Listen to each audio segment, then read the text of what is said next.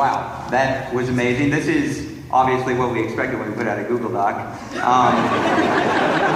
So actually, raise your hand. So we got a few people standing up. If you read the guide or you saw, you already are familiar with it, which is phenomenal.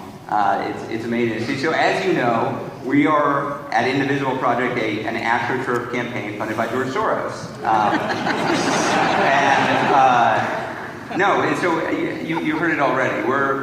We started as a Google Doc 10 weeks ago with an embarrassing number of typos, which many of you probably in the room helped us fix, which I appreciate. We have grown, but it's not us. It's, as Raquel was saying, it's the folks in this room who are making this happen. So I'm going to try to be really brief because of that. I want to try to have this be as much of a conversation as possible. Oh, isn't that great?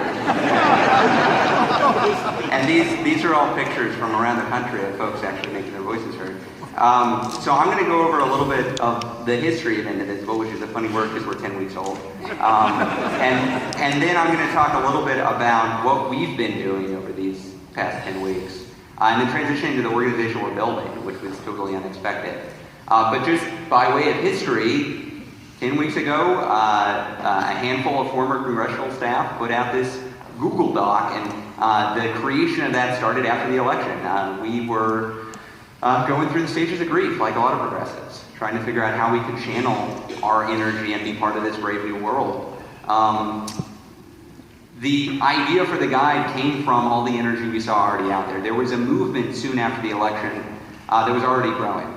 There were folks on the ground coming together in living rooms, coming together in secret Facebook groups and mailing lists. Probably all of you or a large part of y'all were doing that.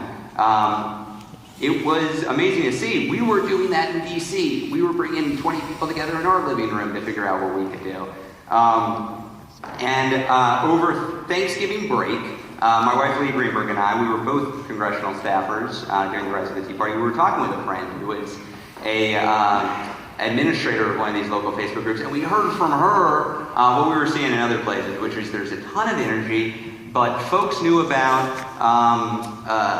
petitions, they knew about calling their member of Congress, but how does that actually connect to this really huge goal of resisting the Trump agenda? How do you do that? It feels impossible for any individual to have an impact on that. And, we were at a bar in Austin, we thought, we've seen a model for success. Say what you want about their incredibly regressive policies and the racist innuendo, or non-innuendo, that fueled a lot of what they did, and there's sometimes aggressive or overall violent behavior, but the Tea Party got the strategy and tactics right.